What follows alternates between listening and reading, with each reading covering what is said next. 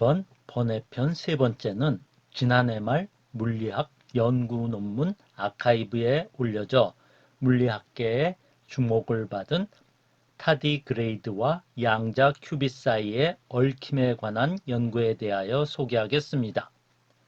타디그레이드는 매우 작은 느림보 동물로 초저온과 고진공과 같은 극한 환경에서 생존할 수 있습니다. 거시적인 그것도 동물에서 양자 얽힘의 연구는 슈레딩거의 고양이를 구현하는 실험이라 할 수 있는데 타디그레이드의 양자 얽힘 현상 연구의 배경과 결과에 대하여 설명하겠습니다. 양자 현상은 우리가 보고 느끼는 거시 세계에서는 인지할 수 없는 기이한 현상을 내포합니다. 이러한 현상을 기술하는 양자 이론은 미시적이건 거시적이건 모든 자연 현상을 정확하게 기술하지만 이해하지 못하는 부분이 있기에 양자 이론에 정통한 학자들조차도 기이하다고 생각합니다. 양자 이론은 어떤 시스템의 상태를 표현하는 파동함수를 여러 가능한 상태의 중첩으로 나타내고 중첩이 유지되는 한 얽힘이라 부르는 두 개 이상의 물체가 아무리 멀리 떨어져도 마치 연결된 하나와 같은 성질을 보이게 됩니다. 중첩된 시스템을 측정하면 붕괴라고 불리는 여러 가능한 상태 중에 하나로 관찰됩니다. 그런데 관찰이 이러한 변화를 일으키는 이유와 여러 가능성 중 하나만을 보여주는 과정을 알지 못합니다. 즉, 양자 이론은 하나의 가능성이 일어날 것이라는 것은 알려주지만 측정이 어떻게 영향을 미쳐 결과로 무엇이 일어날 것인가는 알려주지 않습니다. 양자 이론이 확립된 후 이러한 의문은 양자 이론의 해석이라 하여 현재 널리 받아들여지는 코펜하겐 해석을 비롯하여 여러 해석이 제안되었지만 양자 이론 학자들 모두를 만족시키는 해석은 아직 없다고 할 수 있습니다. 거시세계에서는 양자 현상인 중첩의 붕괴나 얽힘이 관찰되지 않습니다. 그러나 양자 이론 물리학자들은 거시세계와 미시세계 사이에 경계가 존재하는가, 그리고 존재한다면 어떤 형태인가에 대한 의문을 여전히 가지고 있습니다. 최근 나노기술의 발전에 의하여 거시세계라 할 수 있을 만큼 크기이지만 양자 현상을 관찰할 수 있는 정도로 큰 미시세계를 실험적으로 탐구하기 위한 노력을 하고 있습니다. 2018년 4월 26일자 네이처 학술지에 이러한 노력에 대한 연구 논문 2편이 발표되었고 기계적 진동자 내 얽힌 진동이라는 제목의 해설이 실립니다.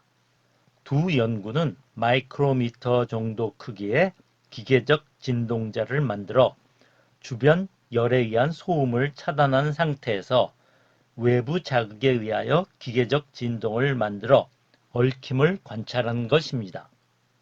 네덜란드 델프트 공과대학의 그레 블라처 연구팀은 중간 부분에 여러 개의 작은 구멍을 가진 10 마이크로미터 길이의 한 쌍의 실리콘 빔을 평행하게 위치시키고 각 양 끝을 고정하여 중간 부분이 진동할 수 있게 만든 다음 외부에서 구멍 크기에 공명할 수 있는 레이저를 쏘아 진동을 일으킨 후 산란되어 방출되는 빛을 측정하여 두 실리콘 빔이 얽혀 있음을 관찰하였습니다.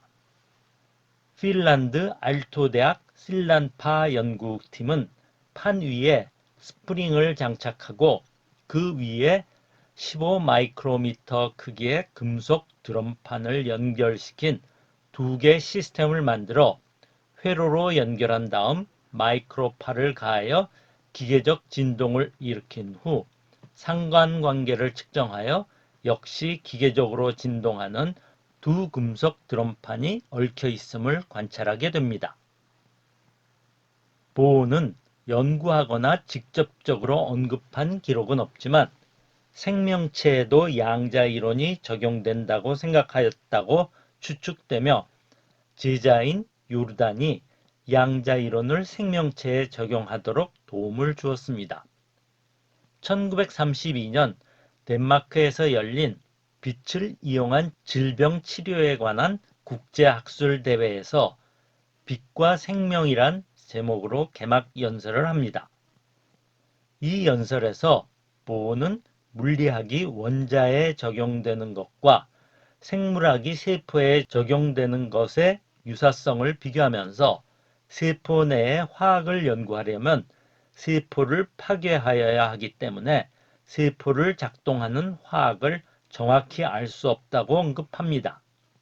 작동하는 유기체 구조물의 화학적 기반과 그 구조를 작동시키는 화학의 순서적 단계가 상보성을 보이기에 동시에 연구될 수 없다고 언급합니다. 즉, 생명을 유지하는 화학 메커니즘은 생명을 유지한 채로 알아내야 하는데 화학 메커니즘을 알기 위해 생명 현상의 구조체를 분해시켜야 한다는 것을 지적한 것입니다. 고전 이론이 적용되는 수준의 생명 현상에서는 보의 지적을 피해가는 많은 방법이 개발되어 생명 현상의 비밀을 조금씩 알아가고 있지만 양자 이론이 적용되는 원자 분자 수준에서는 피해갈 수 있는 방법이 거의 없다고 볼 수 있습니다.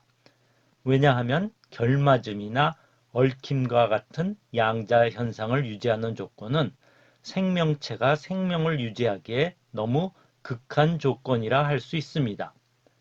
그런데 이러한 극한 조건을 극복할 수 있는 타디그레이드라는 다세포 진핵생물이 알려져 있고 이를 사용하여 생명체에 적용되는 양자 현상을 연구할 수 있게 되었습니다.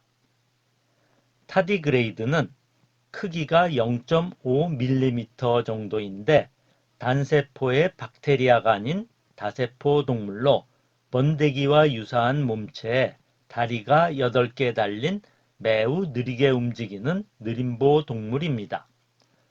얼굴과 걷는 모습이 곰과 비슷해서 물곰이라고도 불립니다. 18세기 후반 처음 발견되어 현재 약 1000종 정도가 알려져 있는데 지구상 육지와 바다 어느 곳이나 발견되는데 사막과 적도 지역은 물론 히말라야와 같은 매우 높은 산 정상, 가장 깊은 해저인 마리아나 바닥에서도 발견됩니다. 이 생물의 특이한 점은 극한 상황에서의 생존력입니다. 이끼 같은 세포액을 빨아먹고 사는데 절대 0도 가까운 낮은 온도와 물이 끓는 온도보다 높은 섭씨 150도 정도에서 생존하며 방사성 물질에도 저항성을 갖고 있습니다. 2007년 유럽 우주국 무인 우주선에 실려 물이 없는 무산소 우주 공간에서 10일 동안 머물고 돌아온 다음에도 살아남아 정상적으로 번식을 하였습니다. 앞서 소개한 기계적 진동자의 양자 얽힘 연구를 진행한 글레 블라처 연구팀은 타디그레이드를 기계적 진동자 위에 올려 생물의 양자 얽힘을 연구할 계획을 세웠었습니다. 타디그레이드를 이용한 최초의 양자 현상 연구가 2021년 12월 21일 물리학 논문 아카이브에 초전도 큐빅과 타디그레이드의 얽힘이라는 제목으로 논문 초고가 등록됩니다. 아카이브는 미국 코넬 대학에서 운영하는데 연구 논문 초고를 자유롭게 올려서 출판 전에 학계의 의견을 듣는 사이트입니다. 이 초고는 금방 학계의 주목을 받으면서 과학 관련 SNS에서 논란의 중심이 되면서 학술 뉴스로 보도되었습니다. 이 연구는 싱가포르 난양공대와 싱가포르 국립대학 양자공학센터의 둠케 팀에 의하여 수행된 연구로서 공저자 중 얽힘과 양자정보 이론 전문가인 옥스퍼드대 물리학과 교수인 웨드랄도 포함되어 있습니다. 실험은 습기를 완전히 제거한 상태로 거의 절대 영도인 10mK 온도와 10의 마이너스 9승기압의 낮은 기압 상태에서 튠이라 불리는 극한 휴면 상태에 있는 타디그레이드를 사용했습니다. 양자 컴퓨터의 조셉슨 접합 초전도에 기반한 트랜스몬 큐빗 한 쌍 사이에 튠 상태 타디그레이드를 위치시켜 한 개 큐빗 타디그레이드의 마이크로파 공명 진동수를 통하여 연결 상태를 만들어 두 번째 큐빗과 얽힘을 관찰하였습니다. 그리고 420시간 동안 실험을 끝낸 후 타디그레이드는 물속에서 정상 기능을 되찾았음을 관찰하였습니다. 이 연구 결과에 대하여 아직 정식 학술지의 동료 평가 결과가 나오지 않았습니다만 SNS와 학술 뉴스 등에서 학자와 논평가들은 연구 결과에 회의적인 언급을 한 경우가 많았습니다. 실험 결과에 대한 부정적인 견해로 타디그레이드와 양자 얽힘의 증거가 아닌 고전적인 연결에 불과하다는 것과 타디그레이드와 같은 생물이 아닌 무기물의 경우도 같은 효과를 보일 것이기에 생물이라는 것에 의미가 없다는 언급들이었습니다.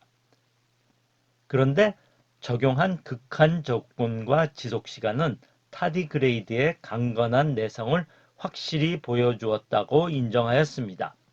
이 동물은 앞으로 생명체의 양자현상 연구에 사용되는 표준 생물이 될 수도 있을 것 같습니다.